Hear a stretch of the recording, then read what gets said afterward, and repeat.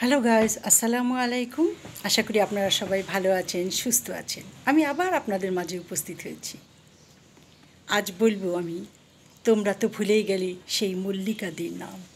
জানেন, মানুষের জীবনটাই এরকম। একজন মেয়ে চাকরি করত। চাকরি করলো, বাবা মারা গেল, মা ভাই বোনকে নিয়ে সে চাকরিতে যোগদান করে, মা ভাই বোনকে দেখাশোনা করে। এভাবেই তার জীবনটা কেটে যায়।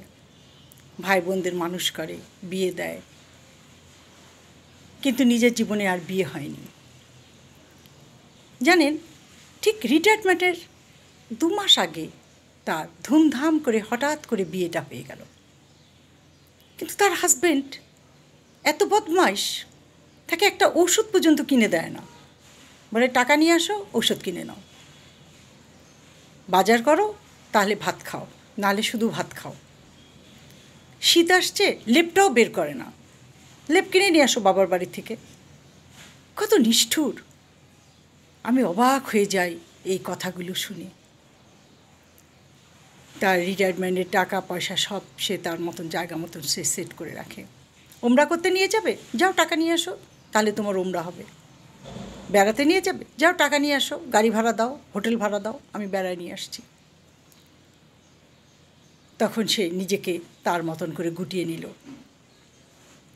ভাই বোনের কাছে চলে আসে। ভাই বোন তাকে ভীষণ ভালোবাসে। ছোটোবেলার থেকে সে তার ভাই বোনদের মানুষ করেছে। ভাই বোনরা তাকে জানের থেকে বেশি ভালোবাসে। তার খাওয়া দাওয়া, তার সব কিছু রাজার মতো সে চলতো। কোনো কাজ করতো না, খালি চাকরিতে যেত, আসতো, আর সব খাবার তার মুখের সামনে থাকতো। সেই মানুষ যখন এরকম কষ্টে পড়ে যায়, শুধু টাকা ছাড়া তার স্বামী কিছু বুঝে না, তখন সে কোনো টাকা পয়সাই তার স্বামীকে দেয় না। কারণ আজকে যদি টাকা পয়সা দেয়, কালকে তাকে বের করে দিবে, তার টাকা পয়সাও চলে যাবে, তার জীবনটাও নষ্ট হয়ে যাবে। তাই সে নিজেকে নিজের মতো করে গুটিয়ে নেয়। তার সমস্ত চাওয়া পাওয়া নিজের মধ্যে রাখে। ভাই বোনরা তার চাওয়া পাওয়া পূরণ করে দেয়। একসময় সে ভাই বোনদের দেখত, আজ ভাই বোনরাই তাকে মাথায় তুলে রেখেছে। কিন্তু সে নিঃসঙ্গ, একা। তার স্বামী সবসময় খিটখিট খিটখিট কিটকিট কিটকিট করে থাকে। কেন? একটা মেয়েকে যখন একটা ছেলে বিয়ে করে নিয়ে আসে, সেই মেয়ের ভরণ পোষণ সব তাকে বহন করতে হয়। সেই শর্তে তো মেয়েটাকে নিয়ে আসে। একটা রিক্সাওয়ালা, একটা দিনমজুর, সেও তার পরিবারের জন্য পরিশ্রম করে পরিবারকে খাওয়ায়। কই বলে না তো, যাও তোমার বাবার বাড়ি থেকে টাকা নিয়ে আসো, তারপরে তুমি খেতে পারবে, চলতে পারবে, থাকতে পারবে। কিন্তু একটা শিক্ষিত মানুষে কীভাবে একটা অশিক্ষিতর মতো কথাবার্তা সে বলতে থাকে? সে তো অশিক্ষিত থেকেও অধম। এই ধরনের লোক সমাজে কুলঙ্গার। এদেরকে মানুষ কেউ পছন্দ করে না, পরিবার তো করেই না, মেয়েরাও তাকে পছন্দ করে না। তার সন্তানরা তাকে বলে, তুমি একটা বখিল। বাচ্চারা আসলেও সে তাদের সাথে সেরকমই আচরণ করে।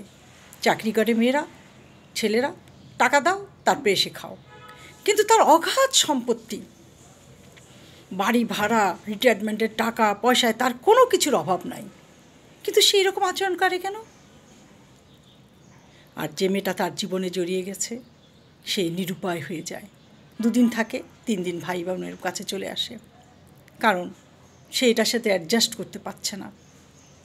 তাই বলছি, সবাইকে ভুলে গেলাম সেই মল্লিকাদির নাম, যে ছোটোবেলায় তার ভাই বোনদের এত ভালোবাসতো, এত আদর যত্ন করেছে।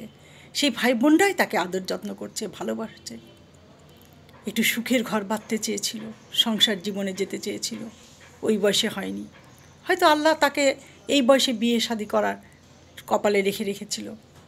কিন্তু বিয়ে করলো এমন মানুষকে, যে কিনা তাকে সুখের পরিবর্তে দুঃখের সাগরে ভাসিয়ে রাখলো। সেই মেয়ে আর এই মেয়ে নাই। সেই চাকরি জীবনের মেয়ে, এত সুন্দর মেয়েটা এখন একদম স্তব্ধ হয়ে গেছে, চুপচাপ, কথা বলে না, শুধু চিন্তা করে তার কপালে এরকম স্বামী কেন জুটল, আর 10 জনের কপালে না জুটে।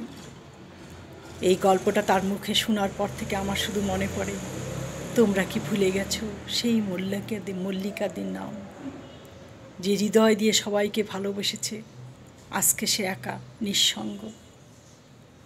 তাই বলছি, জীবনে যা কিছু সঞ্চয় করবেন নিজের জন্য রেখে দিবেন, পরিবারের জন্য রেখে দিবেন, অন্যের হাতে দিবেন না। তাহলে ভবিষ্যৎ জীবনে সুখে থাকতে পারবেন। আজ এই পর্যন্ত। ভালো থাকেন, সুস্থ থাকেন। আল্লাহ হাফেজ।